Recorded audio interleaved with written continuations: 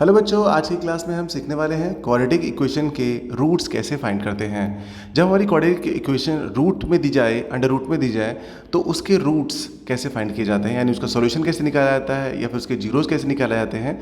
ये सारे के सारे आंसर्स निकालने के लिए आपको एक ही काम करना पड़ता है, फैक्टराइजेशन। अगर आपको 3 टर्म में दिया जाता है क्वाड्रेटिक इक्वेशन है, तो आपको मिडिल स्प्लिटिंग टर्म वाला कॉन्सेप्ट लगाना पड़ता है। सभी बच्चों को ये कॉन्सेप्ट बहुत अच्छे तरीके से आता है, लेकिन जब वैल्यू रूट में दी जाती है तो थोड़ी सी प्रॉब्लम क्रिएट हो जाती है वहाँ पर, और बच्चों को काफ़ी टफ लगता है। तो आज हम ये 2 क्वेश्चन लेकर आए हैं, जिसमें पहले क्वेश्चन में आप देख रहे होंगे फर्स्ट एंड थर्ड टर्म जो आपका है वो रूट में है, और सेकंड क्वेश्चन में आप देख पा रहे होंगे मिडिल टर्म जो है वो रूट में है।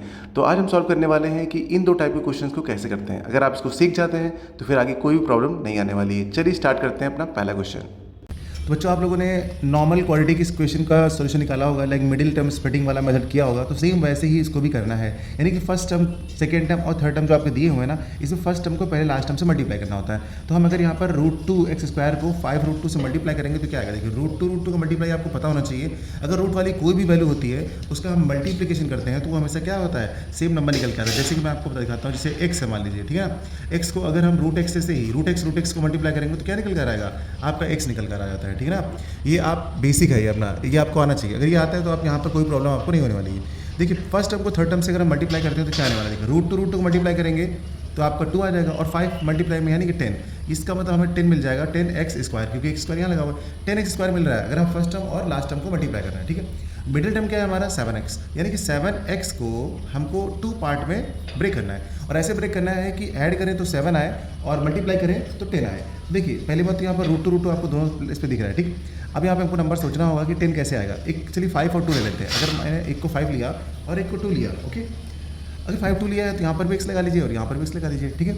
अगर इनको ऐड करते हैं तो क्या 7x आ रहा है, यस 7x आ रहा है। अगर ऐड करते हैं तो, और मल्टीप्लाई करके देखिए, 5 2 10, ये आ गया आपका, और x², इसका मतलब ये हमारा मिडिल टर्म का जो स्प्लिटिंग वाला पार्ट है वो कंप्लीट हो गया, मिल गया हमको। अब यहाँ पर 7x के प्लेस में पुट कर देंगे। तो बाकी क्वेश्चन हम ऐसे नोट करेंगे, ये हो जाएगा आपका √2x², 7x के प्लेस पर नोट करेंगे, प्लस, अब चाहे 5x पहले नोट करें चाहे 2x करें, उससे कोई फर्क नहीं पड़ता है। चलिए नोट कर लेते हैं उसको, 5x + 2x, और लास्ट वाले डिजिट ये ऐसे ही नोट कर लेंगे, 5√2 = 0, ओके। अब यहाँ पर क्या लेना है, हमको कॉमन लेना है। देखिए, जब भी हम कॉमन लेंगे ना तो यहाँ पर थोड़ी सी प्रॉब्लम होने वाली है बच्चों, क्योंकि कॉमन लेते समय आप देखिए यहाँ पर तो आपका √2 है, बट इसमें √2 नहीं है। तो यहाँ पर देखिए, यहाँ पर क्या है, √2 नहीं है तो यहाँ पर √2 है, तो कॉमन नहीं ले पा रहे हैं। तो इसके लिए हमको ध्यान से देखना पड़ता है कि पहले वाले पार्ट में क्या कॉमन आ रहा है। अगर पहले वाले पार्ट को हम ध्यान से देखें तो यहाँ पर x कॉमन आ रहा है दोनों में, ठीक। तो x बाहर निकाल लीजिए। यहाँ पे क्या बचता है, यहाँ पे बचेगा आपका √2 बचेगा और एक x बचेगा, तो आप x लिख दीजिए, फिर प्लस लगा दीजिए, और यहाँ पे 5 बचा है तो 5 लिख दीजिए, ओके। अब यहाँ पर क्या करते हैं, अगले टर्म में देखिए कुछ भी कॉमन नहीं आ रहा है। सबसे बड़ी प्रॉब्लम यही है कि यहाँ पर कुछ भी कॉमन नहीं आ रहा है। जब कुछ भी कॉमन नहीं आ रहा होता तो ध्यान से देखिए, क्या हम, जैसे कि यहाँ पर देखिए, अब हम देखिए √2 करते हैं तो क्या बाहर आ जाता है, 2 आ जाता है, आता है 2। सभी को पता है कि यहाँ पर √2 का मल्टीप्लाई 2 आएगा। अच्छा, ये बताइए, जब हम √2 को 2 लिख सकते हैं तो क्या 2 को √2 नहीं लिख सकते हैं, पर 2 को भी तो हम √2 को मल्टीप्लाई करके लिख सकते हैं। तो सेम यहाँ पर इस 2 के साथ भी हम यही काम करने वाले हैं। इसको हम लिख लेंगे √2 √2, और क्यों लिख रहे हैं, क्योंकि हमको कॉमन लेना है, बस इसलिए। ये x आगे, और प्लस में आपका बचेगा ये 5√2 आगे, और ये 0। अब नेक्स्ट स्टेप में क्या करेंगे, ये वाला पार्ट, ये वाला √2 और ये वाला √2 हम कॉमन लेंगे, और इधर तो हमारा पहले से सेटअप तैयार है। तो यहाँ पे क्या करेंगे, x, अब यहाँ पर थोड़ा दिख रहा है आप लोगों को बच्चों, हाँ ठीक है।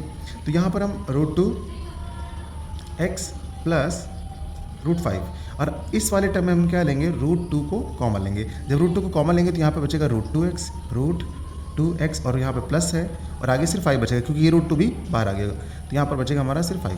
अब ब्रैकेट बंद कर देंगे, आगे लगा देंगे 0। अब ध्यान से देखिए, यहाँ पर अगेन ये वाला ब्रैकेट और ये वाला ब्रैकेट क्या सेम दिख रहा है, तो इस पूरे ब्रैकेट को कॉमन लेना है। तो यहाँ पे क्या लिख देंगे, √2x + 5, क्योंकि हमने इसको कॉमन ले लिया, ठीक है। अब दूसरे ब्रैकेट में क्या बचेगा, यहाँ से x बचा, ओके, इधर से आइए ये प्लस मिल रहा है, ओके, फिर यहाँ पर √2 दिख रहा है, पर √2 लिख दीजिए। अब यहाँ पर ये हो गया इसका फैक्टराइजेशन।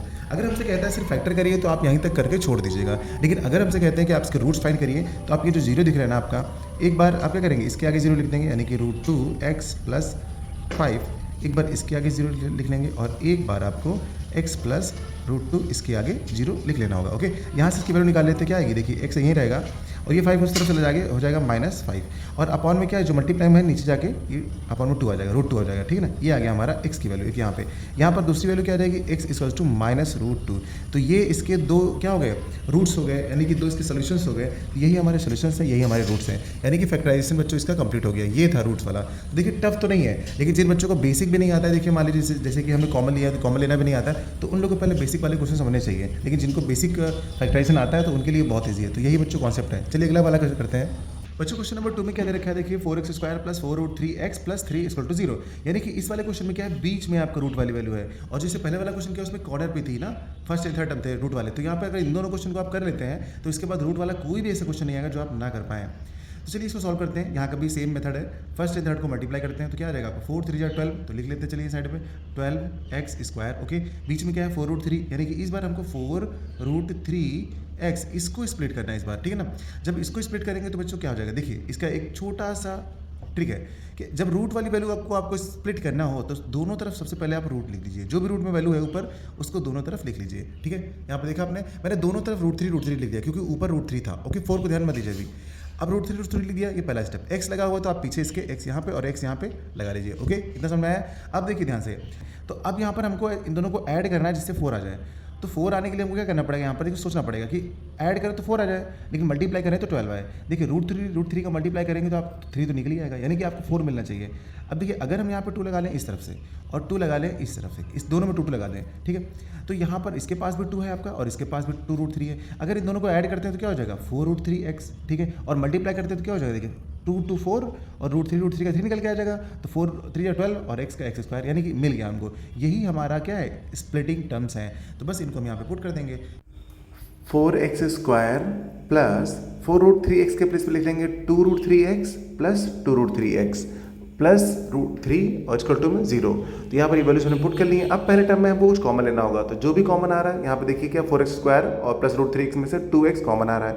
तो 2x कॉमन ले लिया, ब्रैकेट में बचा 2x प्लस √3। तो जो पहले ब्रैकेट में आता है वही सेकंड ब्रैकेट में भी बच्चों कॉमन लेने के बाद आना चाहिए। तो यहाँ पर तो ऐसा कुछ बन नहीं रहा है, तो सेम आप लिख लीजिए 2√3x प्लस, और 3 को लिख सकते हैं हम √3 × √3। ऐसा करने से हम नेक्स्ट लाइन में √3 को भी कॉमन ले लेंगे, जिससे कि हमारे दोनों ब्रैकेट में चीज़ें जो हैं वो सेम हो जाएंगी। और उसके बाद फिर हम अगेन कॉमन ले लेंगे। तो यहाँ पर लिखते हैं 2x ब्रैकेट में 2x प्लस √3, और यहाँ पर हम √3 को कॉमन ले लेंगे। और √3 कॉमन ले लेंगे तो ब्रैकेट में बचेगा 2x प्लस √3। अब यहाँ पे आप देख पा रहे हो कि दोनों ब्रैकेट में चीज़ें सेम है, यानी कि वैल्यूज हमारी सेम है।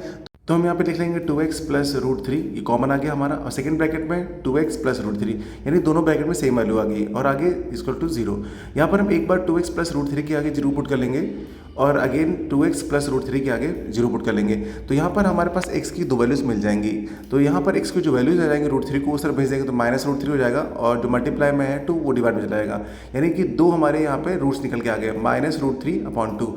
तो इस तरीके से हमने यहाँ पर x की वैल्यूज फाइंड कर ली। यही इसके रूट्स हैं, ये इसके जीरोस है, ये इसका सोल्यूशन है।